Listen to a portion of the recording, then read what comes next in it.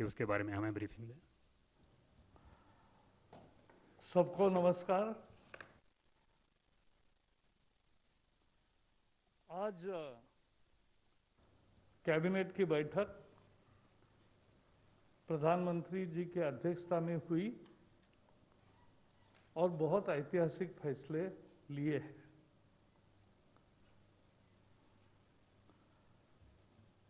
आज नौकरी के लिए जो युवा होते हैं उनको बहुत परीक्षाएं देनी पड़ती है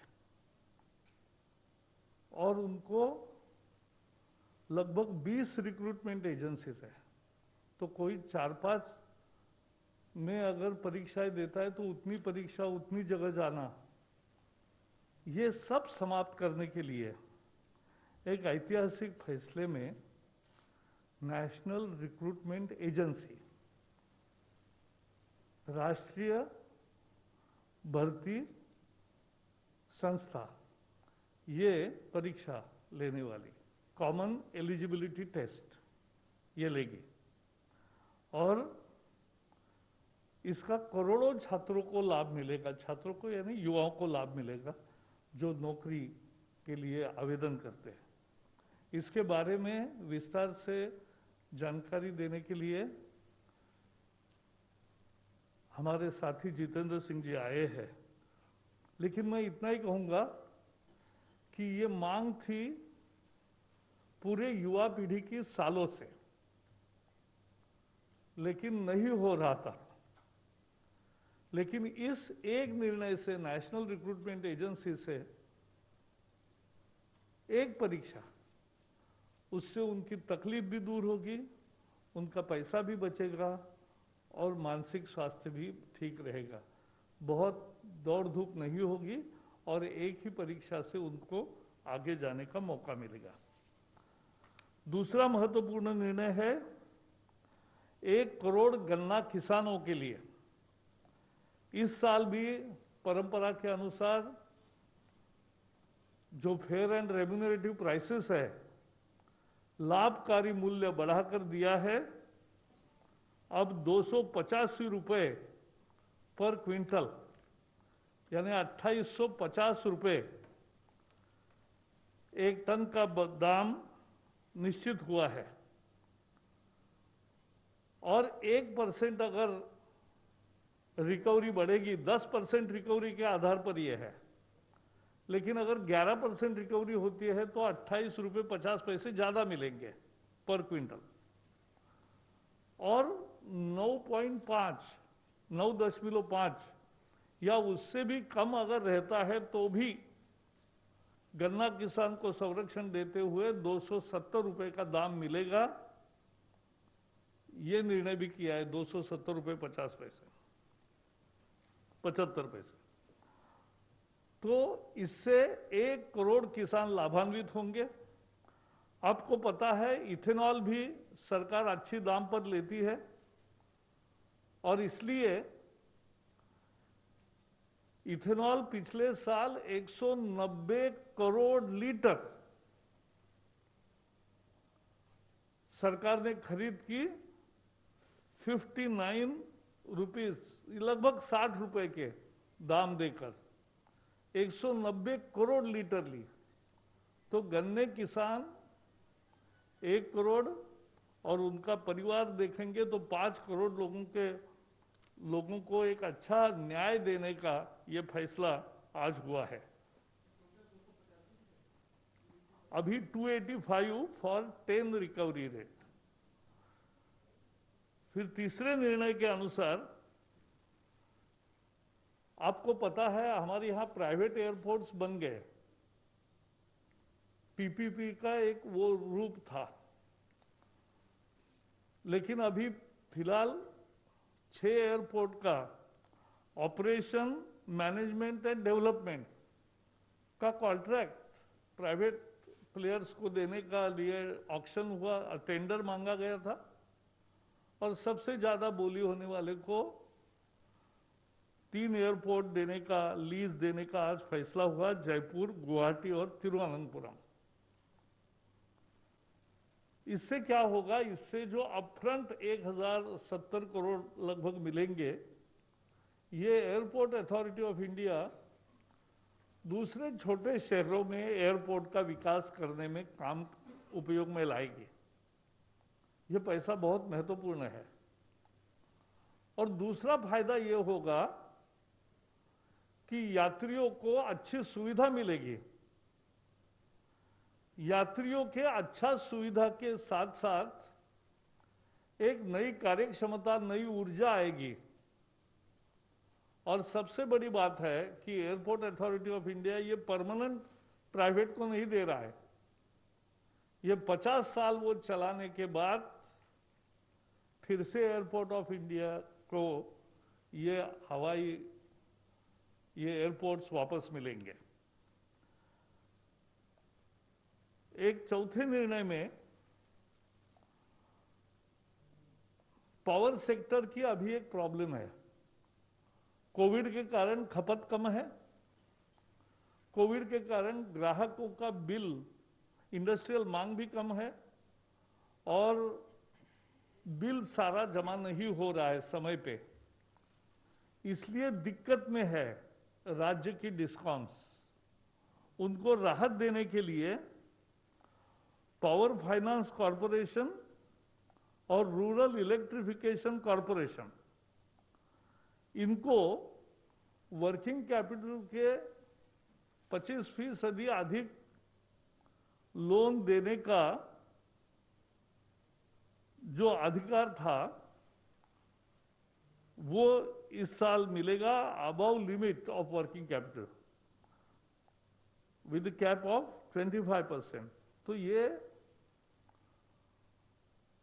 उनको आज ज्यादा लोन की रकम मिलेगी, उससे डिस्कॉम की लिक्विडिटी बढ़ेगी और डिस्कॉम्स काम कर सकेंगे, बिजली नहीं जाएगी। इसके लिए ये बहुत सुधार जरूरी था। तो कोविड के चलते जो उपाय सरकार लगातार कर रही है उसमें ये भी एक उपाय महत्वपूर्ण है।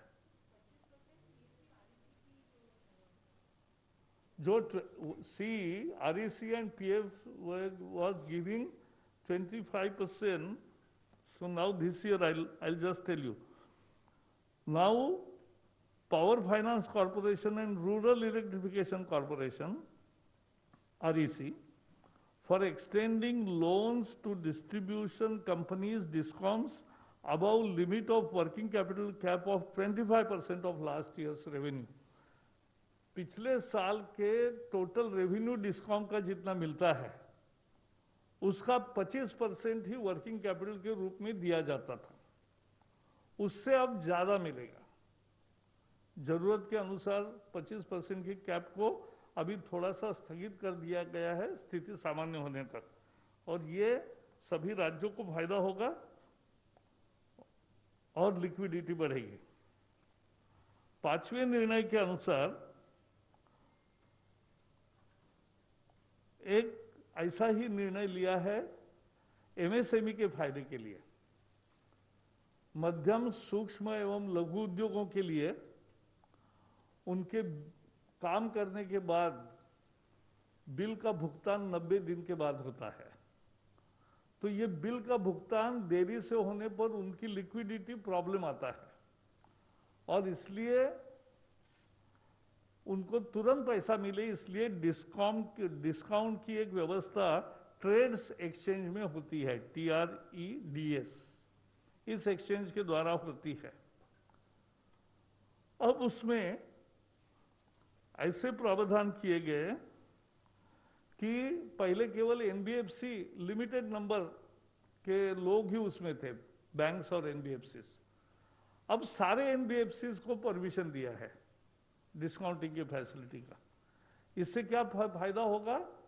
छोटे और मध्यम लघु उद्योगों को फायदा ये होगा कि कंपटीशन बढ़ेगी, डिस्काउंट कम रेट में होगा, कम रेट में डिस्काउंटिंग करके मिलेगा, फैसिलिटी मिलेगी, लिक्विडिटी जल्दी मिलेगी। और ये भी टेक्नोलॉजी के माध्यम से किया है कि कोई डबल डिस्काउंटिंग ना करे, यानी एक ही बिल पर दो जगह जाकर डिस्काउंट ना ले, डिस्काउंटिंग करके पैसे ना ले, ये भी एक व्यवस्था इसमें की गई है। तो एक जो लगातार मोदी सरकार का जो नीति है कि कंटिन्यूअस सुधार, लगातार सुधार और हर क्षेत्र में सुधार, पारदर्शिता से और टेक्नोलॉजी से, वही आज के निर्णयों में भी प्रतीत होता है। मुझे बस इतना ही कहना है, today government and the cabinet under chairmanship of Prime Minister Narendra Modi has taken historical decision of National Recruitment Agency as well as leasing for operation, development and maintenance of 3 airports of Jaipur, Thiruvananthapuram and also Guwahati. At the same time, the rate for the fair price or the remunerative prices for the 1 crore farmers who produce sugarcane have been increased to 285 per quintal, and they are also getting good price for their ethanol. Last year, 190 crore liters of ethanol was purchased by government at the highest rate of 60 rupees, nearly 60 rupees. So this is, and there are other concessions to DISCOMs to improve the liquidity and factoring concessions to improve the facilities for MSMEs. So now my colleague.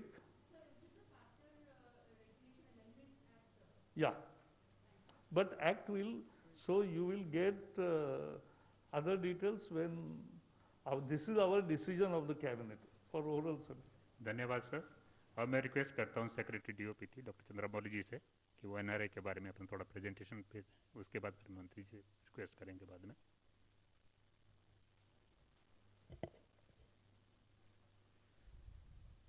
Today the historic decision of setting up a national recruitment agency has been taken by the Union Cabinet. This marks a paradigm shift in government recruitment. Next, please. Now, let us start with what are the problems. ये दिक्कतें क्या हैं जो उम्मीदवार face करते हैं। तो अगर देखा जाए तो पहले हर रिक्रूटमेंट एग्ज़ाम का शेड्यूल अलग अलग होता है। इसके लिए एप्लीकेशन प्रोसेस भी अलग अलग होते हैं और डिफरेंट जब 2-3 एग्ज़ाम कंडक्ट करने पड़ते हैं तो इंफ्रास्ट्रक्चरल फैसिलिटीज़ की कमी के कारण कई जगहों पे माल प्रैक्टिसेस होने की भी संभावना बढ़ जाती है। खासकर ये जो सेंटर्स हैं ये ज़्यादातर अर्बन एरियाज़ में होने के कारण कई ग्रामीण इलाके से जो कैंडिडेट्स आते हैं या जो महिला कैंडिडेट्स होते हैं या दिव्यांग कैंडिडेट्स होते हैं उनको यात्रा करने में खर्चा जो होता है और साथ में किसी को एस्कॉर्ट भी लाना पड़ता है, वहाँ रुकना पड़ता है, ये सब खर्चे जो हैं बहुत एक इम्पेडिमेंट बन जाते हैं कि एग्ज़ाम ज़्यादा एग्ज़ाम में पार्टिसिपेट करने के लिए ये एक बहुत बड़ा बाधा हो जाता है।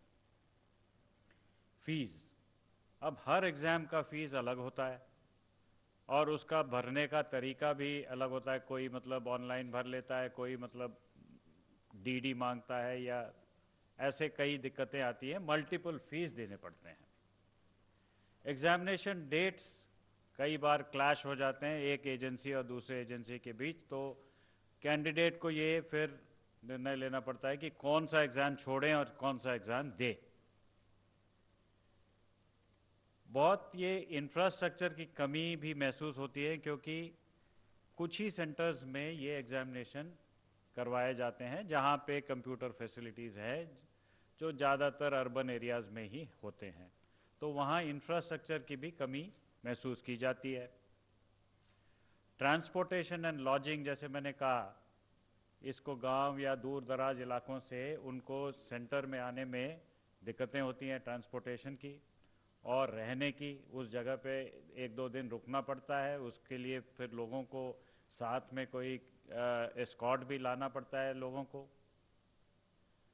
हर एग्ज़ाम का करिकुलम पाठ्यक्रम जो है वो अलग अलग निर्णित है, तो हर एक के लिए पढ़ाई जो करनी पड़ती है वो अलग ढंग से करनी पड़ती है। हालांकि लेवल एक ही है, जो भी एग्ज़ाम्स दे रहे हैं उनका लेवल एक ही है, लेकिन उनको डिफरेंट करिकुलम, डिफरेंट पाठ्यक्रम होने के कारण उनको अलग अलग से तैयारी करनी पड़ती है।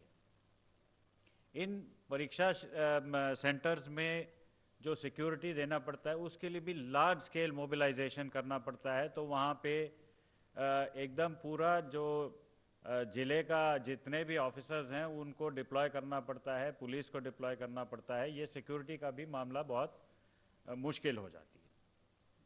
इन सब के कारण जो है कॉस्ट तो बढ़ती हैं, खर्चा तो बढ़ता ही है, और अंत में जो साइकिल ऑफ रिक्रूटमेंट है, रिजल्ट लाने में और भर्ती करने में जो साइकिल ऑफ रिक्रूटमेंट है ये बहुत लंबा हो जाता है। ये तो हो गई प्रॉब्लम जो कैंडिडेट्स फेस करते हैं। Next please. अब कई दिक्कतें ये इंस्टीट्यूशंस जो इन एग्जामिनेशंस को कंडक्ट करते हैं उनके लिए भी कई दिक्कतें होती हैं, जैसे कि मल्टीपल रिक्रूटमेंट एजेंसी हैं। मंत्री जी ने कहा कि ऑलमोस्ट सेंट्रल गवर्नमेंट में 20 से अधिक रिक्रूटमेंट एजेंसीज हैं। हालांकि हम अभी 3 ही एजेंसीज के एग्जामिनेशंस को कॉमन कर रहे हैं, but in course of time ये अनुमानित है कि हम लोग सारे रिक्रूटमेंट एजेंसीज के लिए ये कॉमन एलिजिबिलिटी टेस्ट कर पाएंगे। तो मल्टीपल रिक्रूटमेंट एजेंसीज हैं, मल्टीपल टायर्स ऑफ एग्जामिनेशन है। टायर 1 जो होता है वो प्रिलिमिनरी टाइप का होता है, जहाँ पे करीबन 2.5 करोड़ से ज़्यादा कैंडिडेट्स उसको लेते हैं। तो उसके बाद वहाँ से फिल्टर होके मेन एग्ज़ाम जो है टायर 2 कहलाता है। तो टायर 2, टायर 3 एग्जामिनेशंस के लिए वो तैयार होते हैं।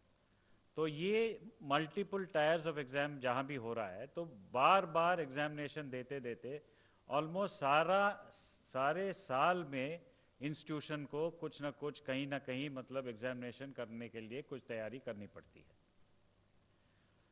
लैक ऑफ स्टैंडर्डाइजेशन, एक समान स्तर का ये एग्जामिनेशन नहीं होता है, कहीं बहुत इजी हो जाता है, कहीं बहुत डिफ़िकल्ट हो जाता है। तो इसको एक समान स्तर पे लाने के लिए एक स्टैंडर्डाइजेशन प्रोसेस की भी ज़रूरत है। वेन्यूज़, एग्जामिनेशन कंडक्ट करने के लिए जो वेन्यूज़ हैं वो बहुत ही लिमिटेड हैं, एंड मोस्टली ये अर्बन एरिया में, शहरों में ही पाए जाते हैं। तो अवेलेबिलिटी ऑफ वेन्यूज़ के बेसिस पे भी हमको एग्जामिनेशन के शेड्यूल को एडजस्ट करना पड़ता है। सिक्योरिटी का तो मैंने कह दिया पहले ही। सुपरविजन और इन्विजिलेशन के लिए जो स्टाफ डिप्लॉय करने पड़ते हैं वो भी लिमिटेड है, लेकिन मल्टीपल एग्जामिनेशंस मल्टीपल ऑर्गेनाइजेशन जब करती है उन्हीं लोगों को इन्विजिलेशन के लिए लगाया जाता है। तो almost through out the year उनको भी इस काम पे लगाना पड़ता है। प्रोसेसिंग ऑफ एप्लीकेशन अलग अलग होती हैं, तो उस पे भी दिक्कतें आती हैं, खर्चा बढ़ता है, एफर्ट बढ़ती है, और रिजल्ट फाइनलाइजेशन में काफ़ी देर लगता है, और long cycle of recruitment institutions के लिए भी एक प्रॉब्लम बन जाता है। Next please. Just to give you an idea कि कितने लोग लेते हैं, 1 लाख करीबन 1,25,000 वैकेंसीज हर साल सेंट्रल गवर्नमेंट में group B and group C में अराइज करते हैं, जिसमें 2.5 से 3 करोड़ लोग इसको लेते हैं। ये बस 3 ऑर्गेनाइजेशंस की बात कर रहा हूँ। रेलवे में रेलवे रिक्रूटमेंट बोर्ड है, बैंक्स के लिए IBPS है, और बाकी सरकारी कामों के लिए SSC है। इन तीनों ऑर्गेनाइजेशंस में अगर आंकड़े लिए जाए तो ऑलमोस्ट 2.5 से 3 करोड़ लोग बारी बारी से हर एग्ज़ाम को देते जाते हैं। मतलब पहले मैंने RRB दे दिया, उसके बाद SSC भी दे दिया, उसके बाद IBPS भी दे दिया। मैं पूरे साल में मैं एग्जामिनेशन ही देता रहता हूँ। जब तक मेरे को काम मिल नहीं जाता है। तो अब एटलीस्ट एक लेवल इसमें कम हो जाएगा। Next please.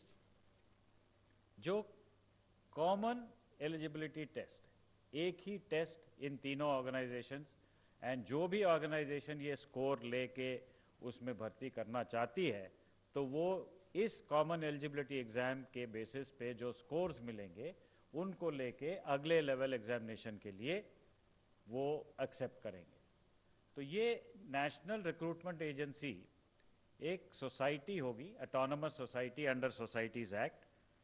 तो इसमें तीनों एजेंसीज के रिप्रेजेंटेटिव्स होंगे, जैसे मैंने कहा एसएससी के, आरआरबी के और आईबीपीएस के, तीनों के रिप्रेजेंटेटिव्स होंगे इस सोसाइटी को फॉर्म करने में, गवर्निंग बॉडीज में।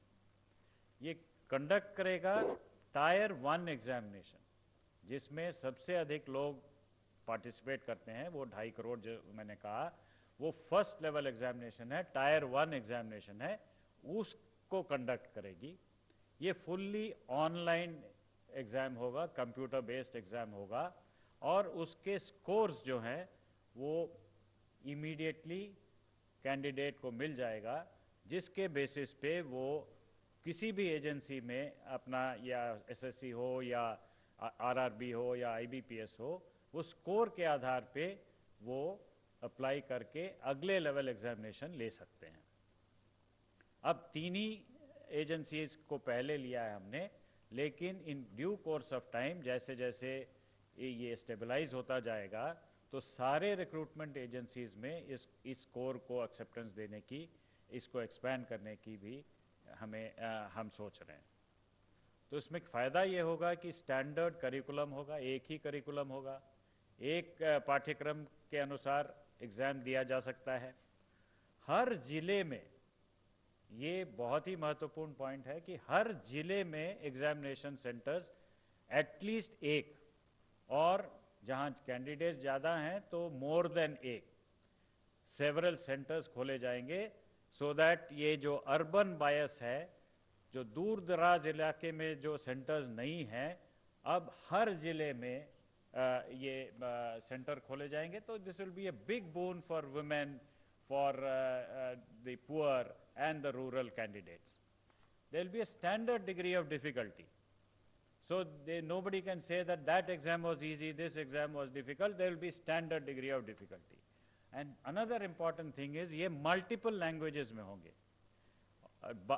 The initial attempt is to make it in at least 12 languages, 12 Indian languages, so that people from different parts of the country, they can take part in the examination and increase the representation in the central government jobs. Next, please. The common eligibility test, as I mentioned, was a first level test to shortlist the candidates. The scores will be valid for 3 years. Means same scores you can use for 3 years, and you also have an opportunity to improve your score by giving the examination again. And the best score in all your attempts will be taken for the purposes of the recruitment. Next, please. So in short, when I give you the picture, it is a common registration portal, जहाँ पे एक ही registration portal पे candidate को register करना होगा. Question bank with same degree of difficulty, एक question bank होगा जिसमें से central server बहुत secure manner में रखा जाएगा. वो test center में security के साथ जाएगा with all the protocols which are required, the technological firewalls etc. उसमें होंगे, और finally वो scores generate हो जाएंगे जो 3 साल के लिए उनको valid होगा. Next, please. So this is the benefit for the students. Again, I would like to repeat: a common registration, a single fee, a common curriculum, standard question bank, secure examination process, a quicker generation of scores, reduced time for the recruitment cycles, better infrastructure we will be able to provide in the examination centers to the candidates, and then improved facilities and access for rural women, rural candidates, women candidates, disadvantaged candidates who will not have to travel long distances looking for safe places to stay for giving these examinations. Next, please.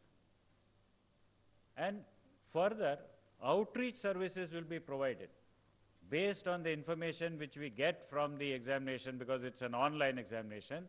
Aspirational districts, areas which are not throwing up many candidates, we would reach out to them, provide facilities to them, वहाँ पे ये facilitate करेंगे कि examination लिखा जाए, तो promote करेंगे वहाँ पे, और एक 24/7 हेल्पलाइन भी वहाँ होगा जिसमें कैंडिडेट्स को सुविधा होगी कि कोई भी उनको दिक्कत हो तो उसको समाधान कर सके.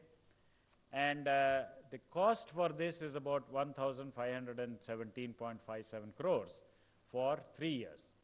Of course, since 3 agencies are already incurring this cost separately, that will be a saving for those respective organizations, whereas this would be the cost which will be incurred by the new organization, which is the NRA. So net, there will be a savings to the government, and each of the organizations will actually save not only in cost, but in effort and the time taken. Special provision has been made because in the aspirational districts, the infrastructure is very poor. Therefore, to create connectivity infrastructure as well as examination infrastructure, a viability gap funding is also provided for in these 117 districts. So next, please. Thank you very much. धन्यवाद sir. अब मैं request करता हूँ doctor Jitendra Singh ji से, sir आप थोड़ा संबोधित करें. धन्यवाद. माननीय प्रकाश जावड़ेकर जी, कोतवालिया साहब, सेक्रेटरी DOPT, जैसा कि आप सब ने अब तक जो कहा गया उसके आधार पर आपके ध्यान में आया होगा, this is a revolutionary reform and I think one of the most landmark reforms in the history of independent India. And it has been possible with the direct and the personal interest and intervention of Prime Minister Modi. आपने विस्तार में ये presentation देखी, तो संक्षेप में यदि आप मुझसे पूछें तो मैं ये कहूँगा कि this is reform which will bring in ease of recruitment, ease of selection, ease of job placement, and thereby ease of living, particularly for certain sections of society which are at a disadvantage on one account or the other. उदाहरण के तौर पर economically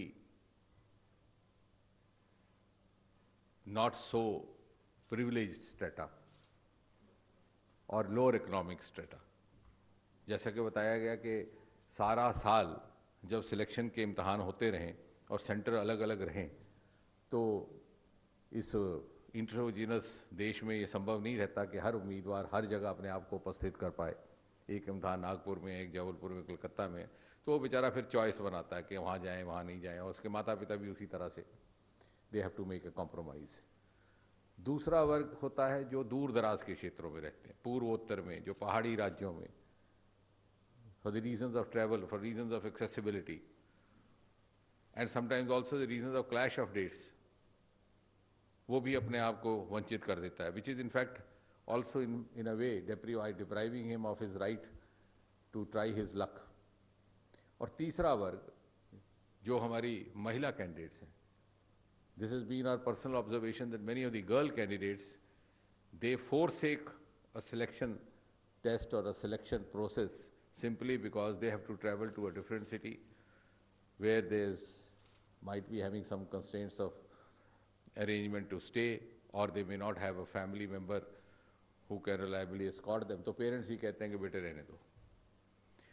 तो उस सारी बातों को मद्देनज़र रख के, क्योंकि आपने इसके एडमिनिस्ट्रेटिव पहलू देखे, मैं इसके थोड़े से सामाजिक पहलू की दृष्टि से बात कर रहा हूँ. ये it will be a saving on the state exchequer, it will be saving on the personal cost, and it will be a huge convenience. So in other words, it is a combination of convenience and cost effectiveness. और जो 20 भारत सरकार की agencies हैं, उसमें अभी हमने प्रारंभ में 3 एजेंसीज़ को शामिल किया, आगे जाके बाकी भी होंगी. इन सब के अलग अलग चरण में टेस्ट होते हैं. लेकिन जो पहला रहता है, which is more or less an elementary test, which is also known as a preliminary test, is by and large of a very common denomination and a general denomination. It's not a specialized test. तो जब एक merit list बन जाती है common eligibility test के आधार पर, that can be of utility to any of the agencies which can carry forward this recruitment process. जैसे आपके ध्यान में होगा, हालांकि वो इस बात के साथ तो नहीं है, लेकिन we have the experience of NEET, a common test for medical colleges. Though that is for admission, this is for job placement, but that was also brought in by the Modi government. इसी तरह से पहले AIEEE होता था, वो IIT JEE है, और उस लिस्ट को सभी उपयोग में लाते हैं। वो लिस्ट केवल 1 साल वैलिड रहती है, 3 साल वैलिड रहेगी। तो देखिए उम्मीदवार को कितनी सहूलत हो गई कि उसको फिर उसके बाद अपीयर नहीं होने की ज़रूरत है 3 साल, unless we have given him the option, he can try again also to seek to improve his merit, because that is his fundamental right, we don't want to deprive him. अगर वो ना चाहे तो 3 साल के लिए ये लिस्ट वैलिड है। अब मान लीजिए बैंकिंग सेक्टर है, उसने जब अपना सिलेक्शन प्रोसेस शुरू करना है तो सामान्यतः जो वो प्रीलिमिनरी टेस्ट होता है वो नहीं करेंगे। इस लिस्ट से जो एम्प्लॉयर है, जो रिक्रूटमेंट एजेंसी है या बैंकिंग रिक्रूटमेंट एजेंसी है, उसको ये समझ में आ जाएगा कि कौन कौन से कैंडिडेट्स हैं who are suitable to us, उनकी क्वालिफिकेशन क्या था। जो इस तरफ बैठा कैंडिडेट है वो भी जब एडवर्टाइजमेंट अपीयर होगी तो depending on his aptitude, his qualification, his background, his preference and his bent of mind, वो उसको अप्लाई करेगा। तो it's a win win situation. फिर वहाँ जा करके उसकी सेकेंड फेज की सिलेक्शन होगी and then he will be engaged in the specialised training. अगर वो रेलवे का है तो रेलवे के दृष्टि से, बैंकिंग का है तो बैंकिंग की दृष्टि से। तो एक बहुत बड़ा पहला जो लेवल था वो इसे क्रॉस हुआ है। लगभग 2.5 करोड़ कैंडिडेट हमारे अनुभव में आया, हर साल तैयार होते हैं जो नौकरी के लिए एस्पिरेंट्स रहते हैं, और भारत सरकार में लगभग 1.5 लाख। लेकिन what I wish to add is that this common eligibility list, which is also a common list, can be utilized even by the state governments. और हम राज्य की सरकारों को भी सुझाव देंगे और उनके जब समझ में आएगा तो निश्चय ही वो भी समझेंगे कि उसमें इनका लाभ है, क्योंकि राज्य सरकार के लिए भी उनका स्टेट एक्सचेकर में बचत होगी। So in fact this is in keeping with the cooperative federalism. We are in fact facilitating even the selection processes undertaken by the individual state governments. उनका स्टेट एक्सचेकर बचेगा, उनकी व्यवस्था बचेगी, एक चरण उनका क्रॉस हो गया। और इसी तरह आगे चल करके मेरी कल्पना ये है कि प्राइवेट सेक्टर भी इसको उपयोग में ला सकता है, जैसे कि अब हमने देखा एडमिशन्स के सिलसिले में हमारी दूसरी लिस्ट को लाया जाता है। इसमें 1 साल के अंदर 2 होंगे इस प्रकार के टेस्ट, जो बात छूट गई थी वो आपके ध्यान में रहे। और जैसा कि बताया गया है आपको कि 1000 centre to begin with and at least 1 center necessarily in each district, so that in other words you can put it that no candidate will have to travel outside his district, which is a huge relief for those who come from background like many of us who had never seen a train. Actually I had never seen a train before I went to a professional college. तो आप अनुमान लगाइए कि कैसा मुश्किल होगा उन बच्चों के लिए। तो सिर्फ अपने जिला हेडक्वार्टर और जहाँ जहाँ जनसंख्या अधिक होगी तो जिला में 1 से अधिक भी ये इस प्रकार के हो सकते हैं। और इसके अलावा एज रिलैक्सेशन में और जो बाकी सुविधाएं हैं उसमें कोई अंतर नहीं है। The age bar he can try as many times as he wants till his age permits. जो दूसरी कंसेशंस हैं फीस इत्यादि की वो भी वैसी रहेंगी, बल्कि एक इसमें फर्दर इम्प्रूवमेंट ये है कि पहले एक ज़माने में सिर्फ 2 लैंग्वेजेस में टेस्ट होता था, अब ये 12 लैंग्वेजेस में होगा। And gradually we will go on increasing the number of languages so that we can try to include as many languages as possible from the 8th schedule. इसके अलावा अगर आप कुछ और इसके बारे में चर्चा करना चाहें, and of course this will be a saving on the exchequer. We will have a national recruitment agency headquartered in Delhi, जो बात रह गई, जिसके एक चेयरमैन रहेंगे और chairman will be of the stature of the Secretary of Government of India. धन्यवाद sir. अभी हम आपसे कुछ क्वेश्चन ले सकते हैं। I think 29।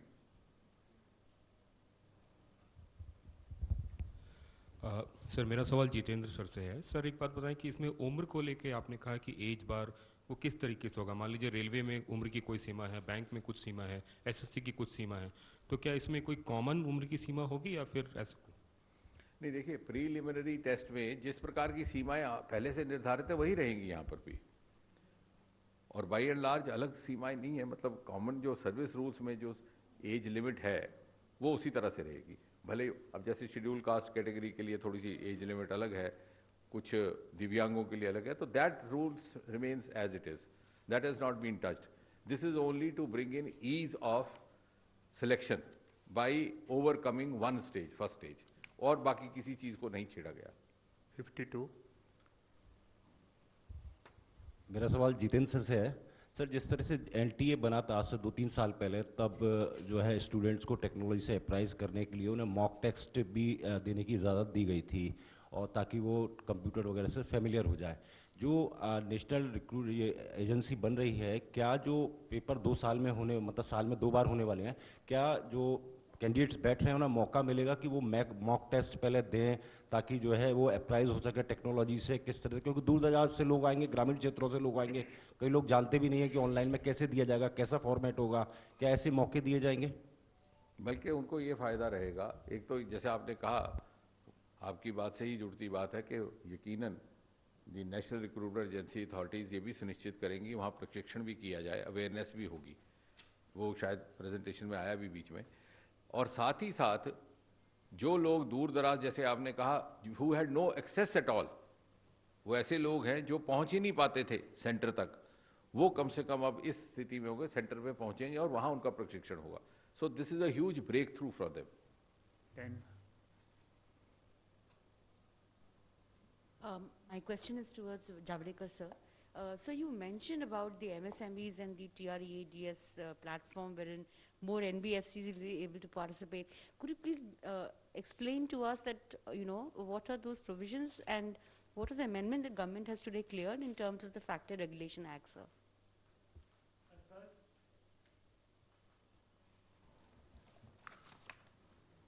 As far as MSME's concession of factoring is concerned, as it will have to be in the form of bill before Parliament, so I will not explain at this stage more, but I have given you an idea of what we are doing.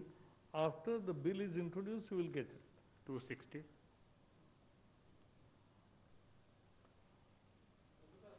केवल clarification के लिए शायद बताया गया है, ये जो national recruitment agency exam लेगी 2.5 करोड़ या 300 बच्चों का, ये केवल प्रीलिमिनरी एग्जाम होगा या टायर 2 बाद में जो रिटेन होता है उसके लिए क्या अलग अलग तीनों एजेंसी अपने लेगी एग्जाम, या यही बाद में भी करेगी? नहीं, आपने जैसा कहा ये प्रीलिमिनरी होगा, क्योंकि बाद में स्वाभाविक है कि उसका स्वरूप बदल जाता है, the tenor and tone of the exam will change, क्योंकि पहला बाई एंड लार्ज करिकुलम भी एक ही जैसा होता है, वो बेसिकली एलिमेंट्री है। उसके बाद मान लीजिए किसी ने बैंकिंग सेक्टर में जाना है, तो बैंकिंग सेक्टर की नुक्ता नज़र से ही उसके क्वेश्चन पेपर बनाया जाएगा, और सिलेक्शन भी उसी तरह की होगी, क्योंकि उनके पास मेरिट लिस्ट होगी एम्प्लॉयर के पास, उसके सामने होगा कैंडिडेट का प्रोफाइल, और कैंडिडेट उसी के लिए अप्लाई करेगा। तो आपका कहना ठीक है, प्रीलिमिनरी स्टेज एलिमिनेट हुई है, दूसरी करने में थोड़ी दिक्कत है, कोई रेलवे में या कोई जाएगा, कोई एसएससी के नौकरियों के लिए जाएगा। 56। सर, उसी सवाल पे, मतलब आरआरबी, एसएससी और आईबीपीएस जो बैंक, ये एबॉलिश नहीं हो रहे हैं? नहीं, अबॉलिश करने की बात नहीं है, हम उनको फैसिलिटेट कर रहे हैं, जो उनका पहला टेस्ट है, और ये अभी चूँकि नया प्रयोग है और नया इंटरवेंशन, नया रिफॉर्म है, तो टू बिगिन विद 3 इसमें शामिल है, आगे चल के और इसी अनुभव के आधार पर बाकी रिक्रूटमेंट एजेंसीज को भी शामिल किया जा सकता है। नहीं, जैसे अगर मैं कैंडिडेट हूँ, मैं फर्स्ट राउंड ये देता हूँ, मुझे जितने भी मार्क्स स्कोर में जितने आएंगे वो लेके मुझे फिर इन तीनों एजेंसी में से जो भी नौकरी जहाँ भी वहाँ मैं जा सकता हूँ। अगर आप उस लेजिटिमेट लिस्ट में आ जाते हैं, तो अब आपको जो एडवर्टाइजमेंट अगली आएगी, मान लीजिए बैंकिंग की, तो आपने उसको अप्लाई किया, उसने आपको देखा, आपने उसको देखा, दोनों की अगर अनुकूलता मिल गई तो आपको नौकरी मिल गई, या आपकी सिलेक्शन हो गई for the next stage of test, which will of course be more specialised test, क्योंकि आपके जॉब की नौयत और उसके रिक्वायरमेंट के हिसाब से। लेकिन जो उसने पहले एक टेस्ट करना था, उससे आप बच गए, वो भी बच गए कंडक्ट करने से, और आपको वो दुविधा नहीं रही कि आपको जगह जगह 20 सेंटरों पे जाना पड़े या 20 जगह। और उसमें क्या होता था, तो कई बार आप कॉम्प्रोमाइज़ कर लेते थे कि साहब चलिए इस बार वो करेंगे, उसमें नहीं अपीयर होते। अब इसमें आपके लिए खुल गया, आप हर जगह एलिजिबल हो गए। 174. Sir, my question is regarding Trivandrum Airport. Could you elaborate on the decision regarding the Trivandrum Airport? Because last year, Adani Group had emerged as the biggest bidder for Trivandrum Airport. See, in any transparent system, you will always give contract to the highest bidder. So the same thing has been allowed higher bidder. The very important issue is that this is a new model of operate, maintain and develop. And there will be upfront money for the Airport Authority of India, and after this term is 50 years. Last question, 6. Evening, sir. Sir, can you please give some details regarding the FRBM relaxation for allowing PFC and REC to lend? Will all states be allowed this relaxation, or will it be on a case-to-case basis? Which? Sir, for power distribution companies, the borrowings by PFC and Yeah, REC. those states who are in need of it, they will get benefit of it. I know certain states where they are in real difficulties, so they will get benefit. Thank you very much, sir. Thank you, friends. Thank you.